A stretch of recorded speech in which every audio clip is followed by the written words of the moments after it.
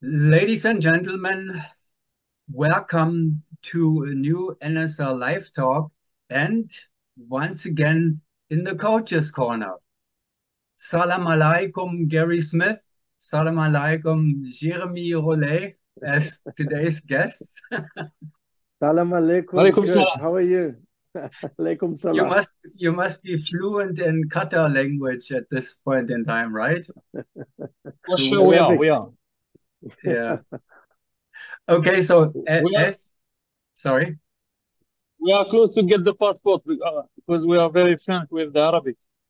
Yeah, but you Jeremy, you have moved to Qatar, right? Yes, yes. But currently, I am in Spain for training in Seville. But yes, with my family now, we live there for 3 years now. Three And years.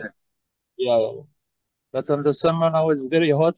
Gary is in Doha now. You know, oh, it's impossible to jump or to do anything outdoor during the day. So on December we moved to Spain for training. We have Ampolla Brava and Seville. In December, so you're staying the winter there? Yeah, in the winter we can train there. We have twin otters, we have drop zone, we have everything. So in the winter we can have training in Doha. But yeah, starting in May to end of September, it's not the best idea. Yeah. And but Schmitty, you have not moved to Qatar yet. You're spending a lot of you're traveling a lot. But Yeah. I'm unfortunately with family. There's no chance for me to come here with the age of the kids, the sons. So I was always under the, let's say, under the hope that I would always come in and out in between camps. So I have to travel back, which I am now. We've just finished a camp in Teigen, Holland. And I'm back here, but I have to wait to get my stamp to leave, which is should be tomorrow. But it's as hot as hell here. I promise you. If they say it's 47 degrees, it's 47 degrees.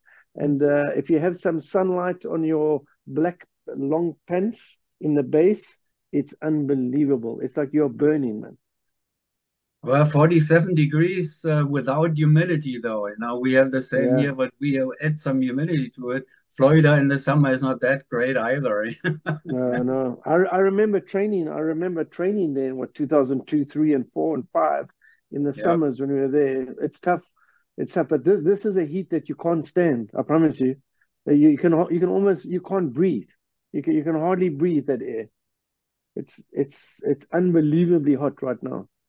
I don't know how they did. I mean, your family is a soccer family. Your kids are playing soccer, football. Um, and Qatar had the World Cup there. The last World Cup, right, was in Qatar. Yeah, Ah, yeah, but in November. oh, November. Okay, Yeah, yeah, so yeah, yeah. so you could bring your family there because it's a soccer country now, Qatar, right? They play soccer there. Everybody plays soccer all Yeah, year. they in fact they won the Asian Cup, I think twice, 2 years in a row. Oh, So oh, so that's Is yeah, it? they Is it? they Yeah. they're good. They're doing good in soccer, but obviously it's in the straight after the World Cup, the very next Asian Cups. They were, the Asian Cup. They played in a lot of the same stadiums as well. So they still have to qualify for the next World Cup, I guess, right? Yes, for Qualify as. sure. Mhm. Yeah, yeah. Well, let's talk about a little bit about skydiving, right? Not only soccer, but for all kind of stuff. Um, I don't know, Gary, if you have followed that recently, but I went back in time with the NSL news because there is so much stuff in the archives, so, which is not on the website yet. So whenever there is some time, I'm throwing it in there now. So it's on the officially public, records on the NSL website. And that Yeah. went back to 1999. Yes. Australia. Yeah. And you and Sully were a big part of those kind of stories. And you had a coaching competition by then, or your active career was not over, but your active career with South Africa was over, right? Correct. That's kind of when Solly and I and the whole of Equanimity, the South African team, we kind of went through a phase where we knew we would not get any better. We did not have money to train. We had to all make personal decisions. And Solly and I decided to stay in the land and look for a future, but we knew we had to switch nations. You know, there weren't at that stage any South Africans that could commit, and nor could we financially, to be honest. Solly maybe more than I. And and then Solly was all along, he was coaching the Norgies in Deland, the Deland Norgies of the day. And their biggest goal was to win a bronze medal, which we had just won in 97. You know, and then I was called up by Pete Allen and Sebastian XL, and I traveled down to Sebastian. But I was late. I think I was with them for about a year and a half, and I gave them as much as I could to try and get them up to the Norgies, and we gave them a good run for their money, you know. And I think with XL, I was disappointed they didn't get a bronze because it was so close. But we knew we were always chasing the Norgies. They were the better team. They'd been there for longer, not in third place. That was their first bronze, I believe. But Sebastian XL really fought hard to get that bronze in Australia. And I think we missed it by a point or two, if I'm correct. Yes, it turned out to be a 1 point battle, after 10 rounds. So that was I was in tears. I was in tears after that. I had to be honest, because as a coach, you are it's not in your hands, you know. So it's emotionally tough as a coach, really.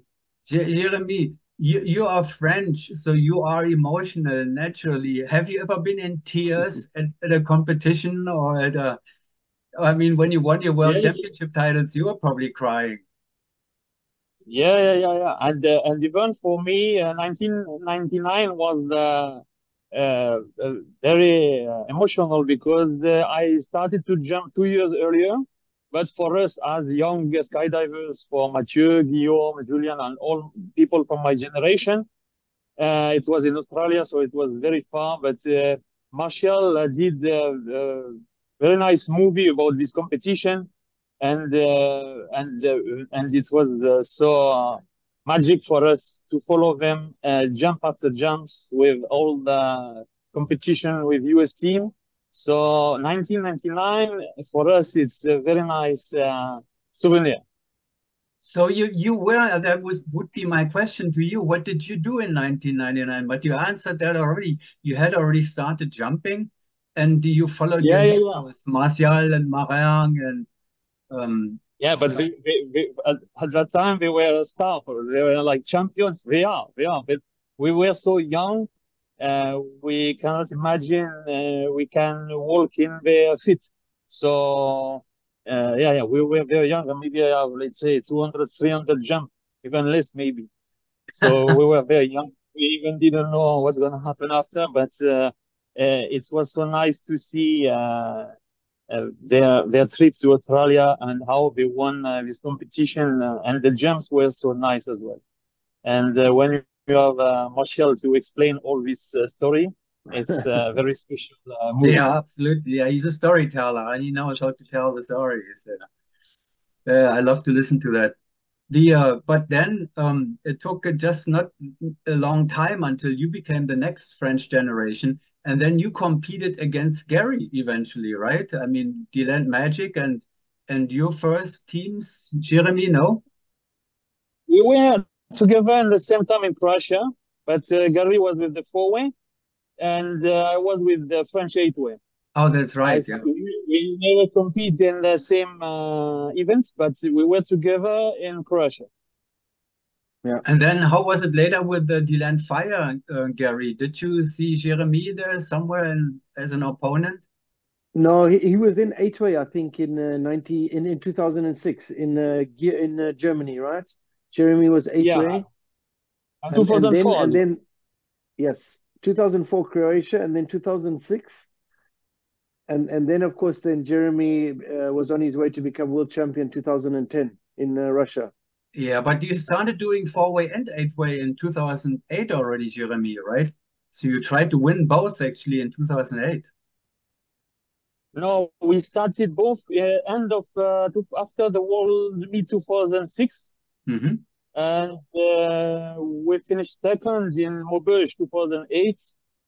Yep. And then, yes, we won the 4-way, and Mathieu won double in 2010. Yeah. Well, that's all history. So let's move into the present because now we are actually. I'm not talking to French and U.S. competitors. I'm talking to Qatar coaches. Jeremie, head coach of the eight-way team. Gary with the four-way farm teams, the Lions and the Cheetahs. At the moment, you had the eight-way team already. You had the four-way team. No, that was Hayabusa, not the. No, no, you were working Yeah, with and the Qatar Tigers yeah, too. yeah, the Tigers until 2022, until Yeah, Eloy. yeah. Yeah.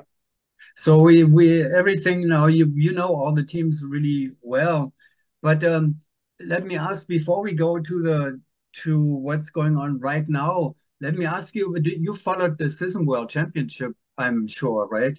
I mean, you weren't Yes. there because only the Tigers were there with Andy, probably. Yep. Correct. So what Yes. was your takeaway there from for if you look at what's going on in forward there on the top level? Well, I mean, from my side, it was great to see. I mean, I was updated, obviously, with in-time scoring. We're watching the scores, the jumps. So you could get the videos and jump. I also had Hayabusa on the WhatsApp, so I would kind of know the scores as they came out. And obviously, the Tigers, this was their meet. You know, Hayabusa had not trained much. They put Dave back in, and they switched everybody into different slots. Dennis is still now outside center, but Bob into the point and Neil into inside Yeah, center, point went to there. into tail.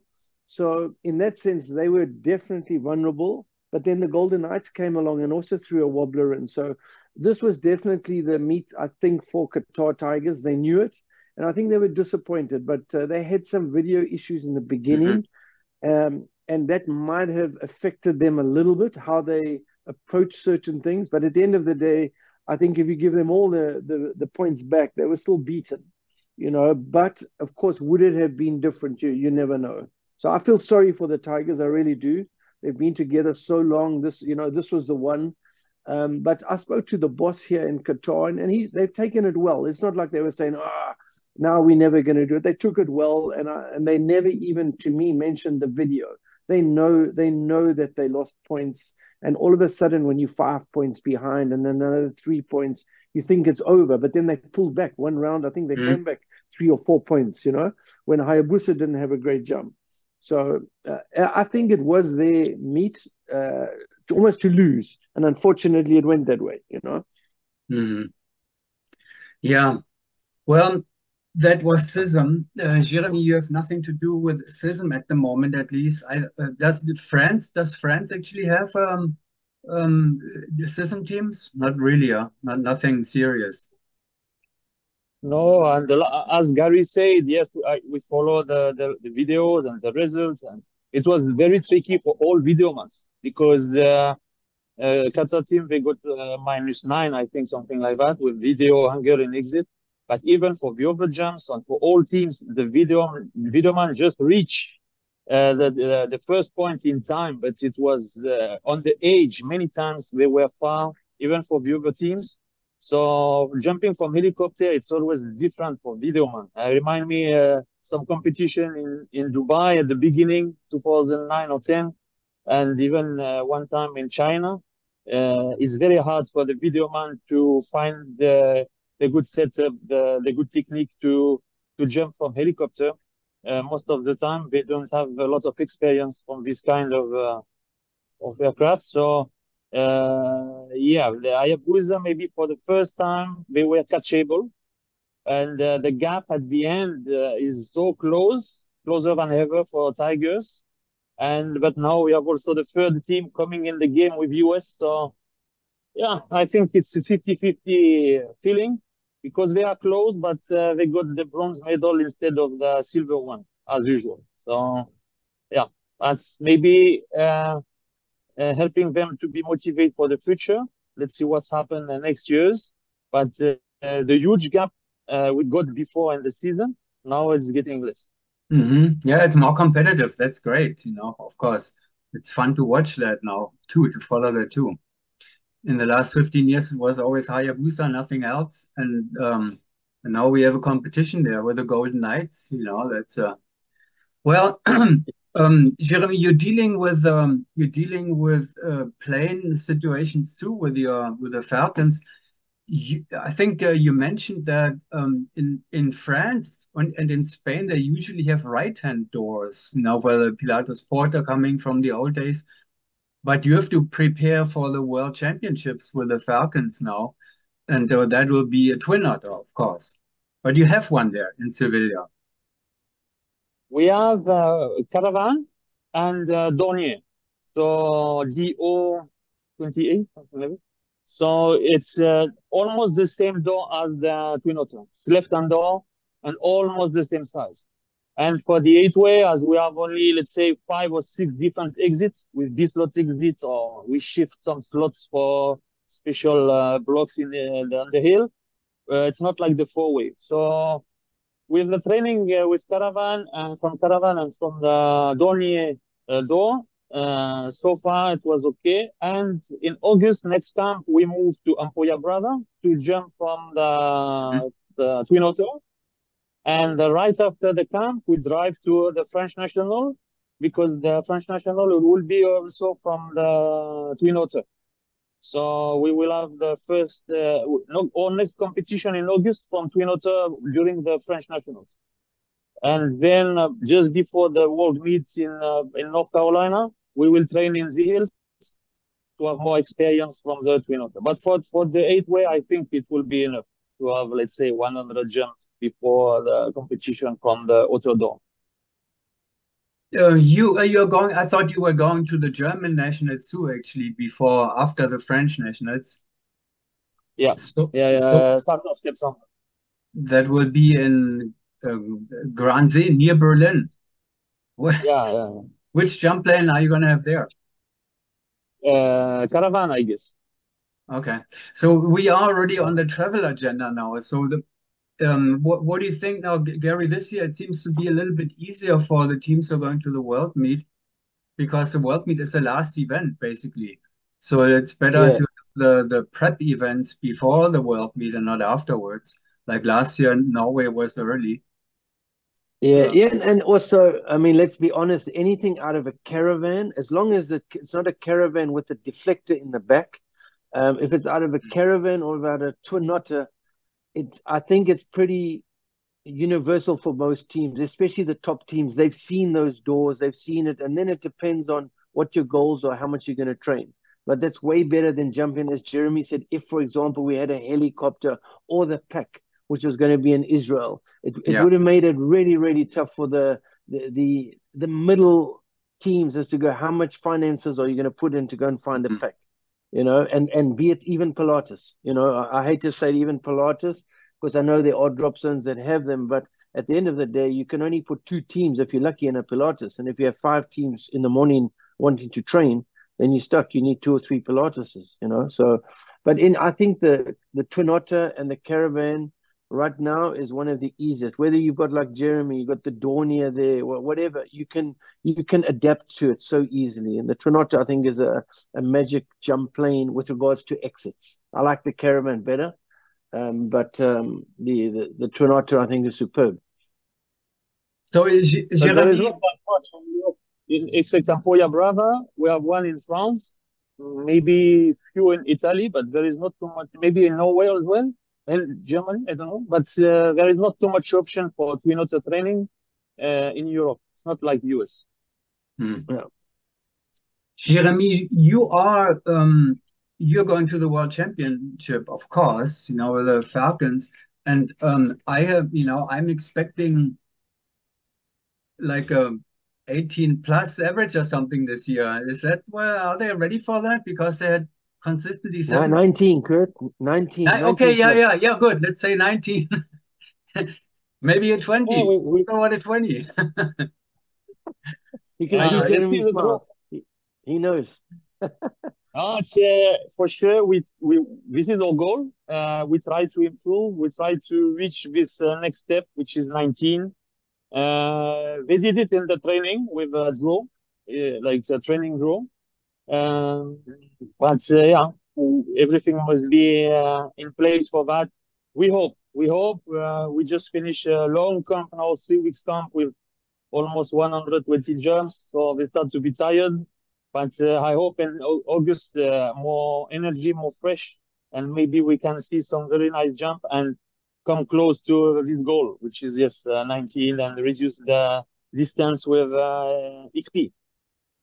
Well, I will hopefully see that in Germany already, because I'll be there for the repetition of last year's showdown between, and you will be there with the Oh, yeah. Falcons. So maybe the three teams can push each other to, the German teams will push each other because only one of them will go to the world meet. One Yeah. is out, one is Yeah, in. that's true, eh? That's a jump. It's a jump off to go to Yeah, America, right? yeah. That's So true. NSL News will be there live. And of course, Taiwan is jumping. So there's no slots are full now. You have to pay a lot to get to a Taiwan slot now.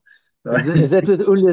Is Uli in the team? yeah, Uli is in this time. Yeah, There you go. you Now you have missed to the pay double. champ. You have to pay double. So Gary, the big question is coming to you now. I think we still have a few minutes here. The big question to you is now: are you going to the World Championship? You're coaching No, teams, and I cannot imagine you not being at the World Meet. I know, Kurt. I might. It's in a slight gap. It's not the full meet, but I might have to fly across just to be there. It's one of the first Yeah, world meets I've missed for such a long time. But no, unfortunately, I'm the teams that I'm with are not gonna, are not qualified. I would love to be there also to watch Hayabusa. That would be their first meet with Ray in the team. They're not putting any pressure on him, and I'm gonna go. They hoping, I think, just to come into a fourth place and have a good competition. Realistically, I don't think they can match the Tigers if we see what the Tigers did in the SISM. So I think yes, if I have to put my money on it right now, it's going to be USA France battling it out. I think USA will be stronger on 10 rounds, but that's me. And then Tigers distance third, and then distance behind them is going to be, is it Hayabusa? Is it Germany? Who else is out there? Sweden. I don't know how much they're training. But I know Hayabusa will start working now with Ray, but we have to be realistic with him. I mean, he's come from nothing to where he is now. So he's doing good, and this will be his first meet. First world meet, sorry. He will do the Belgium Nationals. I'll see him at the Belgium Nationals because we will be there with the Lions and Cheetahs as well. Well, there needs to be some kind of reporting for the Qatar delegation from the World Meet. So I think the Qatar, you have to discuss with them whether they send you to North Carolina, to record Yeah, events for the Qatar yeah, delegation back. yeah. But Nobody's. I'm sure Andy will jump on that one as well. Andy's there with Tigers, so Andy would be a good one to give you an update from USA. But you'll be in USA though, or not? Yeah, I'll surely be there, but Oh, you're trying to get me there. I see what you mean. Maybe we maybe need. as an NSL helper. Yeah, yeah. Let me just. I have some change in my pockets here. Let's see. Yes, I can no, buy no, no. it. I can get I you a do it for ticket. free. I do it for free. Behind Joey Jones. Joey Jones, I think, is number one. You and Joey Yeah, would be Joey my first. dream, Joey my first. dream combination. No, I don't know me. Well, I hope you can make it. You have to visit your US friends and Yes. your former home here for many years. So I hope it's going to happen somehow. Maybe somebody who is listening here will be interested in sponsoring a Gary Smith trip to North Carolina for the World I, I, Championship. I need to be sponsored with time. I need time on my hands. Days. Yeah. Well, in this case, you would only, the meet itself is only 5 days, right? I Yeah, mean, yeah. True. so it's Yeah. different when you go with a team for coaching. You have to go earlier, Exactly. Exactly.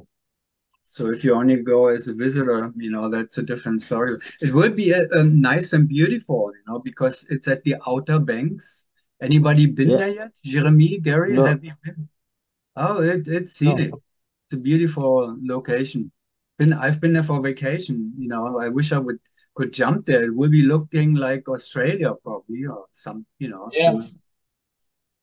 I saw the Golden Knight video that you posted, or somebody posted the Golden Knight video training there. They did some training on site. It looked beautiful. It is. It surely is. Yeah. And they have the best crab cakes. That's the world's crab cake area.